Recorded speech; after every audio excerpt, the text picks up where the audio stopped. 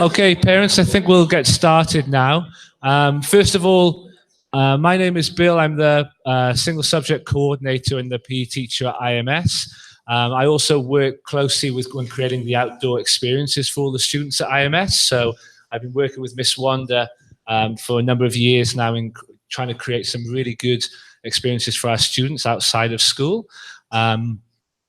What we're going to do today, Wanda will take over in a minute and she'll go through all of the information with regards to the lower primary camp experience this year.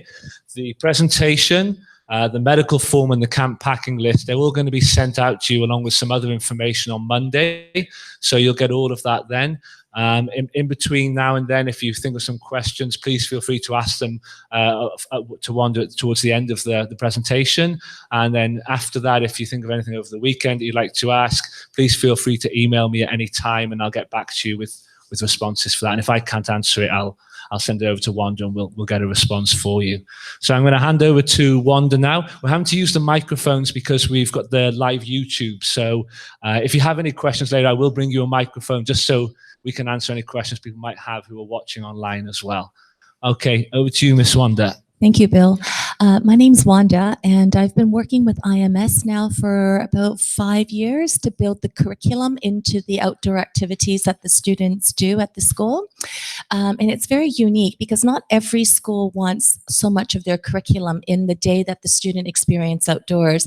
Some schools would just say, we just want a fun day, or we want, the students to just enjoy the water, but they've actually thought about it, and there are elements, which I'll talk about a little bit later, why this day is important. Last year we did an organic farm day, which we looked at the food source from farm to table, looking at, the process, how the food gets to the table and getting their hands dirty and doing some organic farming as well. But this year we've sort of switched focus a little bit and we're doing a water safety and marine a biology day. So I'll take you through that.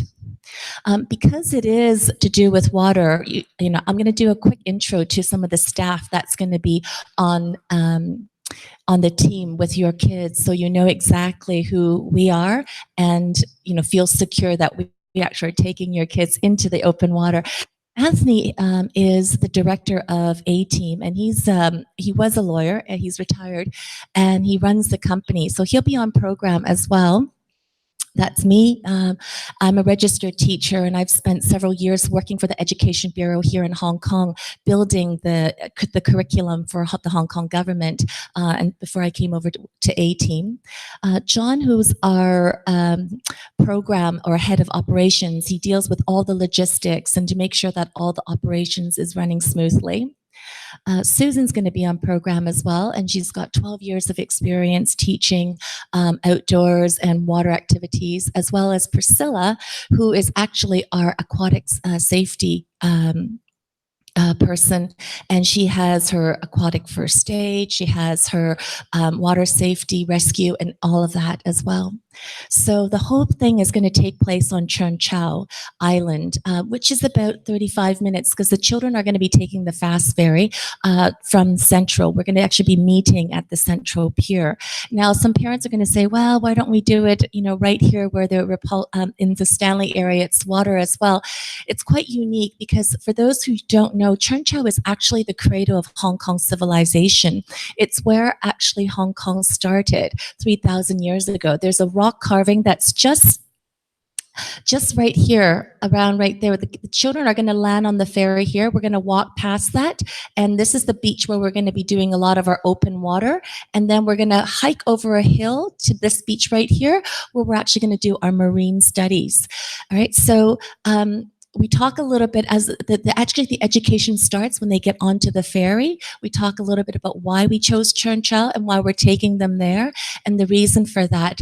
And, it's a microclimate here. It's incredibly hot along the beach, but as they hike through the hill, it's a jungle. It's not even a forest. It's got huge trees and it's really cool. And we talk about the difference of microclimate and why 3,000 years ago, people actually chose this island to actually, to inhabit.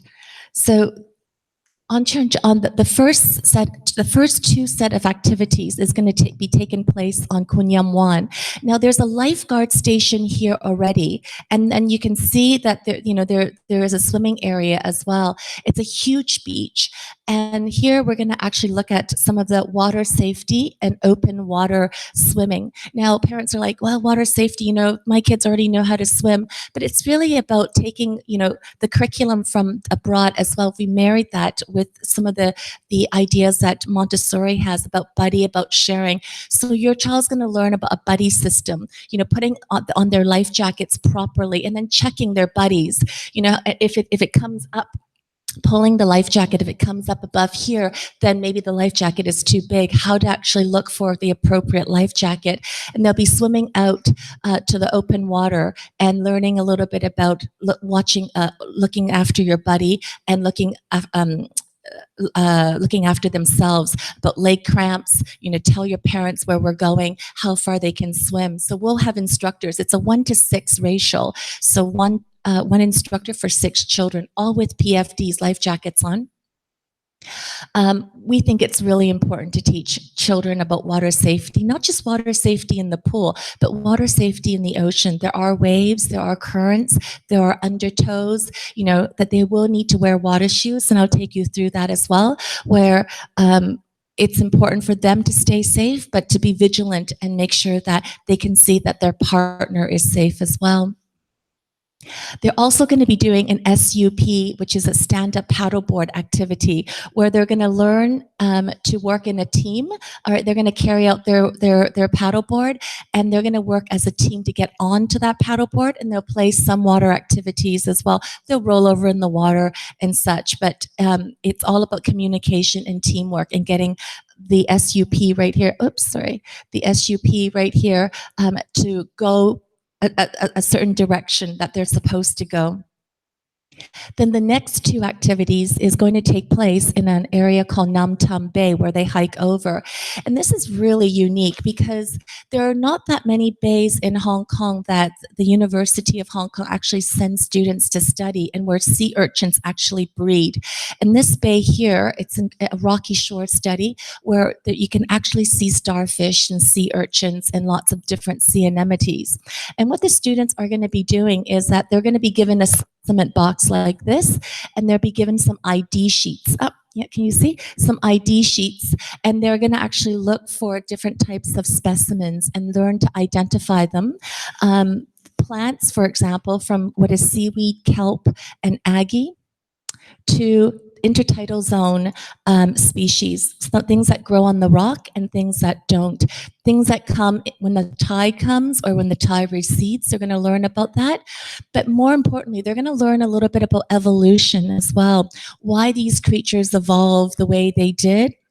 And how can they stand, 20 hours or 12 hours without any water? And then when the tides come in, they're submerged in water for 12 hours, So how did that happen? And they're going to learn a little bit about camouflage and biology, ocean biology. So this is finding the starfish I told you about. This is on an SUP, but the kids here, can you recognize what that is that they found? Can you see it? Yeah, the starfish is easy to recognize, but that is a sea urchin. All right. I'm sorry, sea cucumber. I beg your pardon. It's a sea cucumber. How to hold it properly. And kids are really, they're quite squirmish. They're black, and they move. They're kind of hard and soft at the same time. So, that's looking at the biology of the sea and learning to identify, and looking through a magnifying glass and seeing all the little suctions in the starfish as well. So that's part of that ocean, marine life, marine biology study that they're going to be doing. Oops. Yep. So here's a quiz for you. The first one, how many years does it take for a plastic bottle to decompose? Does it take 20 to 30, 50 to 100, 200 to 300, or 450 plus years? D? A, raise your hand. B? C? Good. Okay, D? Yeah, it's D. It takes takes over 450 years for a single plastic bottle to decompose in the ocean. This is slightly different than something that's being decomposed on land as well, because you've got the salt water and you've got the sun and all of that. The next one is, how many years does it take for paper products to decompose? 1 to 2 weeks, 2 to 6, 2 to 3 months, or 6 months? A? No. B? C? D? Oh, okay. So it's A, actually. Sorry, B. Sorry, it's 2 to 6 weeks. All right. So another one of the activities the kids are doing is that they're going to learn a little bit about the marine timeline, how long it takes products to decompose in the water. So I'm happy to send this to you. I'll leave the PowerPoint with Bill so you can see this. So in the water, 2 to 6 weeks for paper, plastic bottle right here, 400 plus years. All right, so it's a little bit different, that decomposition process, because it's of the salinity of the water. So the children are going to pick up some of the rubbish on the beach, and we're going to create that timeline, and we're going to look at why it is that most of the rubbish on the beach, 85 to 90% of it is actually food plastic. So water bottles, sandwich wrappers, all of that. And to actually provide the children with this, because they're doing so much recycling in the school already. They're doing food waste at the school. So this is part of that extension of looking at, wow, it's really our food waste that is polluting the ocean. And is there something that they can do about it? Empowering them. Well, maybe when they choose to bring snacks to school, they wanted to bring it in Tupperware, or be aware that the rubbish in the ocean actually is from our food waste and not as much as from construction sites and other things. So that's going to be another part of the activity that they're going to be doing, is to create that timeline, and then coming back with their teachers to talk about things that they can do, empowering the students to take action. But it's also really important that, in order to really think about cleaning up the ocean, they've got to be attached to it as well. Kids will always protect what they love. So if they learn about the marine biology and they learn about the creatures in the ocean and about sharing the planet, we naturally think that they will progress to the part where they want to do something about it and to protect it. So this is how each day the kids are divided into 4 groups. They're going to meet at 8:15 at the Central Pier, and then they take the fast ferry to Cheung Chau. They're divided into group 1 will do the SUP, group 2 the safety swim, and then 3 is the intertidal zone studies, and then the coastal watch is the timeline that I talked to you about.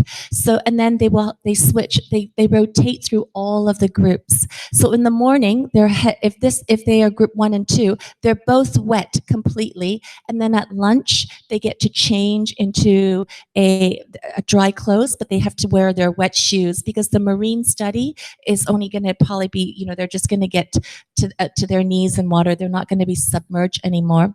And then lunch, we are providing the lunch because we want the kids to actually learn to make their lunch and to do a bit of a sharing of the planet as well. So we'll have a wrap with salad and sauce, cheese and ham and tuna, and then they will get the kids to actually help serve, and they actually create their own lunch that day, and so that they're actually working towards their entire schedule, and it's not us providing them with the lunch. And then they switch over, so each child will have a chance to rotate through each one of the activities, and then they take the slow ferry back to Central. And on the slow ferry, we'll do the final reflection, and we'll do the final debrief with the kids about what they've learned and something that they're going to be taking with them. And then parents can pick them up at 5:10 and right outside of the Cheung Chau Ferry Pier, which is Pier 5. Yeah, so that's how the day is going to work. This is important now. So I really, really, really need parents to get your kid a pair of water shoes or a pair of old runners. That's fine. You don't have to go and get these. An old pair of running shoes is fine. They just have to be closed-toed like this, because they're going to be doing an intertidal zone studies. They're going to be walking in areas that might have little barnacles on the, on the front, and we don't want them to cut their toes. So something like that is not going to work. Because the Crocs, they're so light, they float away. I don't know how many pairs of Crocs we've lost in the ocean already. And then these ones are with the open toe, so that doesn't work as well. So an old pair of trainers or a pair of water shoes that I just showed you. And these, like, you can get them from Decathlon for, I think, $15 or $25. So they're not too expensive. And I know kids don't like it because the sand gets into it and they want to take it off, but we make sure we keep that on. So the packing lists, I'll go through with you. There's no need to write this down because Bill is sending one out to you and the PowerPoint is being left to be put online. Just a regular day pack, a water bottle. Do give them a big one because it's going to be a hot day and they're in salt water. They'll need to drink. We'll have water refill for them, filtered water. That's not a problem, but they should have a big water bottle. Sunglasses if you want, but please bring ties with them. Healthy snacks, all right, nothing sugary because we have snacks to provide them. We have fruit for the kids during lunch and during their rotations as well. And we have snack bars. So it's not essential, but if you feel that, you want to give your kid a snack on the ferry, that's perfectly fine, but make sure it's a healthy snack. A t-shirt to change, a pair of shorts or pants, underwear, a large plastic bag to put all their wet things in. A towel, sunblock, chapstick, sun hat, a swimsuit, or a rash shirt. A rash shirt just simply means, a long sleeve t-shirt or a short sleeve t-shirt that they can go into the water that keeps the sun off of their back. All right. If you don't have one, a t-shirt is perfectly fine. You don't have to go out and get extras. All right. Closed toe shoes, insect repellent if you want. It's not quintessential. But what to wear that day. So you could just wear a pair of shorts, comfortable running shoes. If it's cool, give them a windbreaker on the ferry. If it's not, it's perfect. You can judge that day. And then just a t-shirt. All right, so they're spending the entire day there. We will be providing them with lunch. You just have to make sure they have a full bottle of water for their start. And then we'll give them the refill. And then they come back, and hopefully we're going to be working with the schools to look at, things that the kids can do to make the ocean a better place and to empower them to take action on certain things in life as well. So that's the plan. Yeah. Okay, so if we have any questions, please put your hand up and I'll bring the microphone over.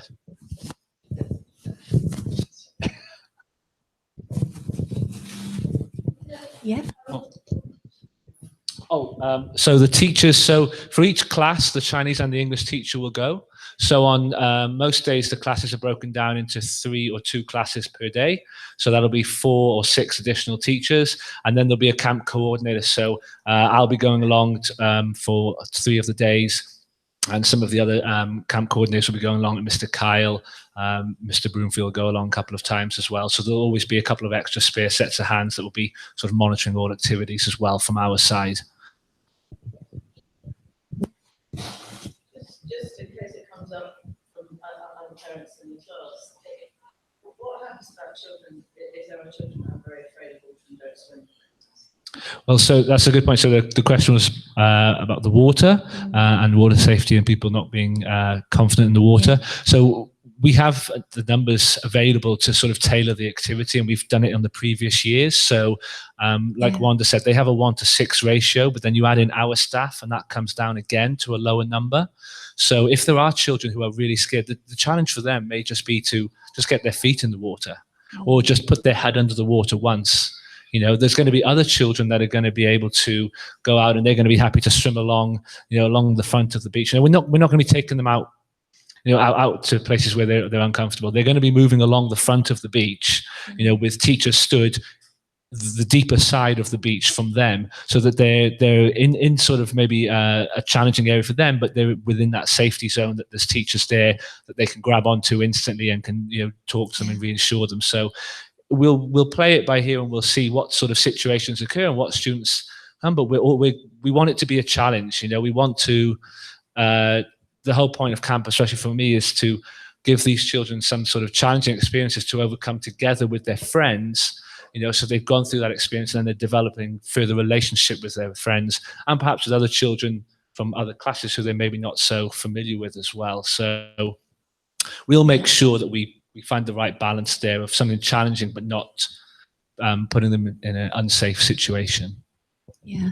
So just to add to that, we've done that in previous years as well for the water safety, where we stagger our staff as well as the IMS staff, where there's one person that's quite close to shore, then the next person, and then the next person, until they actually get to it's still within the boundaries, but there's a big floater, where the kids can swim to. So depending on the level, they will have about 15 minutes or so of sort of free swim time with their buddy to talk about and to exercise the stuff that they've learned about buddy awareness, water awareness, swimming safely, looking at the waves, looking at the wind and all of that stuff as well. Mm-hmm. We've had a question online which you may be able to answer, Wanda, just saying how long is the ferry ride there and back? Yeah, so the ferry ride, they're taking the fast ferry there, and it's going to be 35 minutes. The slow ferry they're going to take back, it's 55 minutes. Yeah. Yes, towels on the packing list. Yeah. Yep. Yeah. So they need to bring up just a small one. Don't bring a big one. Yeah, nice light little one. The truth is, there's a freshwater area where the kids can rinse off, but it's probably going to be a hot day. And by the time they dry themselves, they put their t-shirt on, it's going to be wet all over again. Yeah. So just a small little towel for them to really just wipe the sweat off of their face. Yeah. That should be sufficient. Yes. Yeah, so there is a contingency as well. So every morning we'll monitor. Actually, we'll probably know 5 to 7 days in advance what the weather is going to be like. And if we feel that the weather isn't going to work that day, all right, probably the day before we'll cancel that, and then we'll reschedule that as well. Yeah, so we're not going to put the kids in danger. But if it's just light gray, then that's fine. But we don't go out into the ocean if it's raining or thunderstorming. Yeah. Mm-hmm. Yes. Yes, the question is, do parents and helpers just wait at the pier? Yes, just at the pier, and we'll bring them over. Yeah, and all our staff is coming over on the ferry as well. Yeah. So I'll be sending out the email via the portal, the student portal, and it'll have the information with all of this, with the packing list of the medical form. So the medical form only needs to be filled in if your child is new to camp this year. If they went last year, and there's no changes to that form, then you can use the same form again. So that'll be fine. We'll have it on record. But if you're new to primary, or you haven't been to camp before, then you'll need to complete the form this year. Also on there, they'll detail the timings and the logistics. So we'll be asking children to meet us at 8:10 for the 8:40 ferry. So they need to be at that pier for 8:10. If we try and get everybody down here and bust them over, we're just going to be so late in the day and they're going to miss out on a lot of the learning experiences. So the meet point and the pickup point will be the Cheng Chau ferry pier. Yes.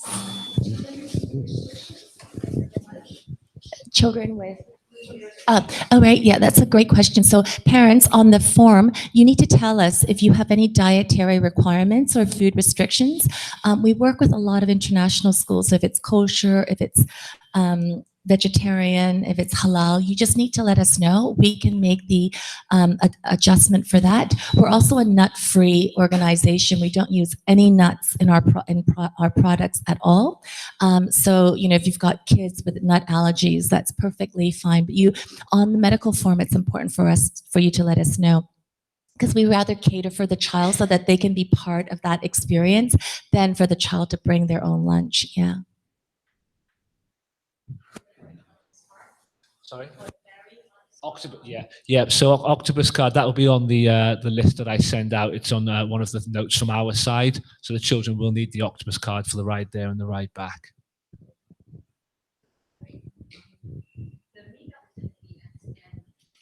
No, it's going to be in Central Pier. Yeah.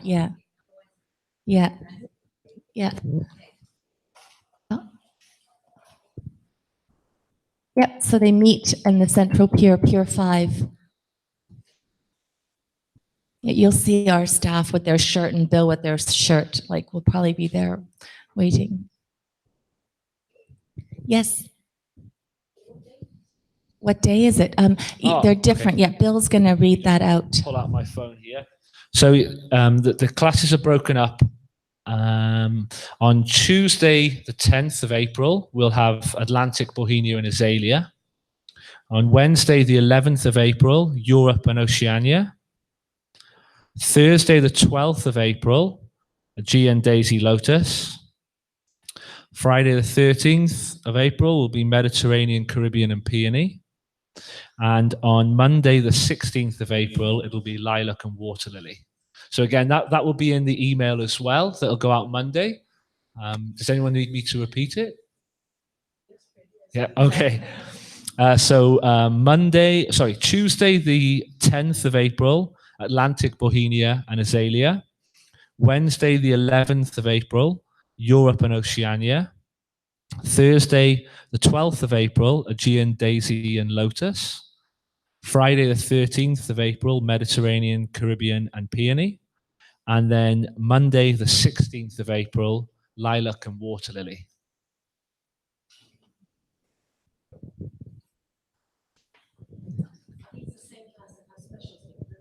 Yeah, we've tried to group it as much as possible. The only pod that's had to split is the Water Lily, Lilac, Oceania, and Europe pod, because we can't take 4 on the same day. It's too many, so we've cut those in half. But everybody else is in their usual pods for specialists. So they'll have a lot of familiar faces that they've been working with together throughout the year as well.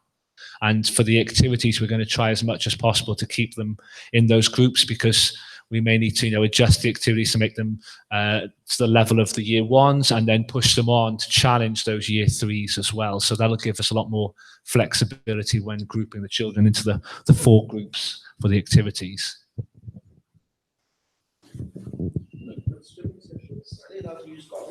Yeah, you can bring a goggle if you want to, yeah, but they really don't need to, but sure, I think that would be a good addition. Great. So if there's no more questions, then we'll wrap it up there. If you do think of anything, at any point between now and camp, please feel free to send me an email. I'll answer it as much as I can. I've been to, this will be my 3rd lower primary camp experience with Wanda now. And this is the site that upper primary visited last year. And it's an absolutely fantastic place. And I'm really glad we can bring the lower primary back there to experience that this year. So yeah, feel free to email me. If I can't answer it, I'll get in touch with Wanda and we'll get a response back to you as soon as we can. Yeah. One last thing, parents, when your kids come home, not only ask them, hey, was it fun? Because obviously we're going to try to make it fun. And for some, who've actually tested the ocean for the first time, it might be a challenge for them, but really talk to your child and say, hey, what did you learn today? They're going to learn about the timeline. They're going to learn about the evolution of different species. They're going to learn about, how the biology works and as well as teamwork and communication and all that stuff that I just took you through. So have a conversation with your kid and say, oh, okay, if it wasn't so much fun, why wasn't it so much fun? What did you learn? What was the thing that you could take away? Because that's actually the experience we're trying to give to the kids as well. I mean, fun is really important. What did you learn about water safety? Oh, how do you look? Can you tell me how you look after your buddy in the water? What are some things that mom and dad needs to be aware of when we go swimming? Because these are all these new things that we're teaching your child. So, talk to them. And it's a wonderful way for you and your child to bond by their experiences as well. So, yeah, and we love to get feedback from you afterwards. When you've spoken to your child, let Bill know. He'll let us know. We can always tweak the program next year or the year after to make sure that the curriculum needs of the school and what they need to experience outdoors is actually progressive. Yeah. So thank you so much. Great. Yes. Thank you very much for coming and look forward to a great camp. Thank you.